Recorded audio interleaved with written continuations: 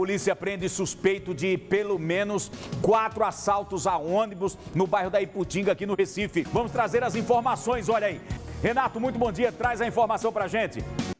Oi, Gernan, muito bom dia para você, bom dia para todo mundo que está aqui acompanhando o Balanço Geral desta sexta-feira. A gente está falando ao vivo aqui da sede da Polícia Civil de Pernambuco, onde agora há pouco foram passadas as informações referentes à prisão de um homem de 27 anos, identificado como Laon de Araújo Oliveira.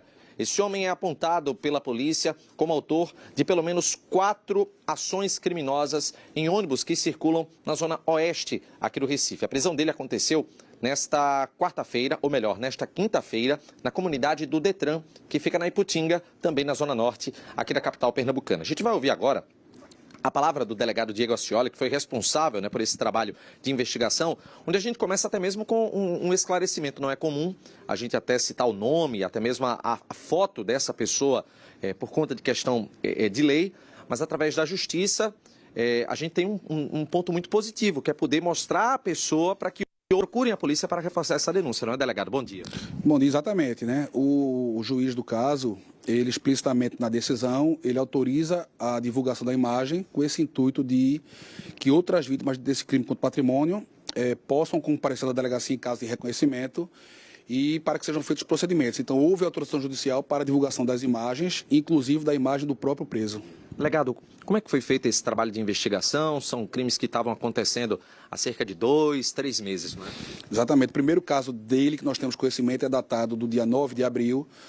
E no âmbito da Força Tarefa Coletivos, que nós trabalhamos, nós começamos a observar a coincidência de ações. Inclusive, no próprio dia 9 de abril, pelo horário da manhã, em volta de 5h30 da manhã e da noite, na mesma localidade, houve 2 roubos distintos. Então, quando nós fizemos o confronto das imagens, observamos que era o mesmo indivíduo. E através de um trabalho investigativo e com apoio do CEMEP, nós conseguimos identificá-lo. E na data de ontem, após a prática de mais 2 casos, totalizando 4, nós conseguimos efetuar a sua prisão em virtude de mandado de prisão expedido. Um ponto que é interessante, que vale a gente abordar, é que essas ações elas aconteciam praticamente no mesmo lugar. Avenida Professor Joaquim Cavalcante, por 3 dessas 4 ações, na qual esse homem é apontado como autor delas, 3 ocorreram na Avenida Professor Joaquim Cavalcante, que fica no bairro da Iputinga. Além disso, uma outra investida ocorreu na rua São Mateus, que fica próxima, também nesse mesmo bairro, o bairro da Iputinga, aqui na zona oeste do Recife. E como que era o modo de ação desse criminoso, delegado? Ele geralmente agia sozinho que nós temos inicialmente as imagens, inclusive foram divulgadas essas imagens, a nossa assessoria de comunicação divulgou, para que vocês possam divulgar as imagens dos fatos. Ele agia, até então pensávamos que era uma arma de fogo, porém depois descobrimos que seria um simulacro. Então ele entrava no ônibus sozinho. Na maioria dos casos, ele conversava com o motorista informando que estava sem dinheiro para pedir para pular, a questão da roleta lá, da catraca, ele pulava. E, após alguns instantes, ele anunciava um assalto. Ele não chegava a roubar o numerário, a questão do valor da renda do coletivo, mas roubava os passageiros. Então, nós temos imagens, inclusive, dele agindo com violência, em ocasião, inclusive, que ele chega a agredir uma vítima, uma mulher, para subtrair seus bens. Então, agia só, simulando estar armado e com bastante violência. E, após alguns instantes no coletivo, ainda na mesma localidade, ele subia numa parada. Antes de chegar na segunda parada, nesse pequeno espaço, ele praticava esse assalto, fugia e retornava para a comunidade onde ele residia. Um ponto que chama atenção, esse que foi citado pelo delegado, esse homem, ele praticamente joga a vítima no chão. É realmente de uma brutalidade muito grande, a pessoa já está passando por um trauma, que é ser vítima de uma ação criminosa, ainda passa por essa violência física, e aí uma pessoa que possui, esse alto grau de periculosidade. Ele já possui, delegado, algum tipo de histórico de passagem na polícia? Ele havia sido preso anteriormente em março e na ocasião da prisão, que foi de roubo a transeunte, não houve a conversão do flagrante em preventiva, porque a autoridade judicial naquele momento, devido às informações que ele possuía, ele acabou estabelecendo uma cautelar que é a de uso da tornozeleira eletrônica. Então, nesse intervalo entre a prisão e a primeira prisão referente a esse roubo a transeunte e o momento atual, foram praticados outros roubos, ele mesmo com a tornozeleira. Inclusive, esse foi um dos fundamentos do pedido da prisão, informando que aquela cautelar era, para ele, ineficaz.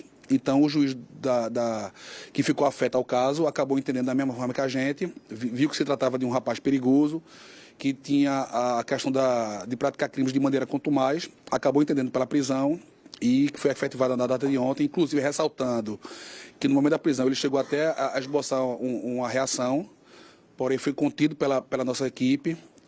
Houve até uma questão de um certo, momentaneamente, um certo tumulto com a própria comunidade, mas aí acabamos efetivando a prisão e no final deu certo.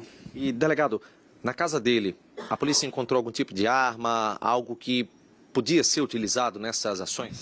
Não, inclusive questionamos isso a ele. Ele falou que o que ele possuía de fato era um simulacro que ele havia perdido nessa última investida dele, devido à reação de algumas vítimas, de alguns passageiros.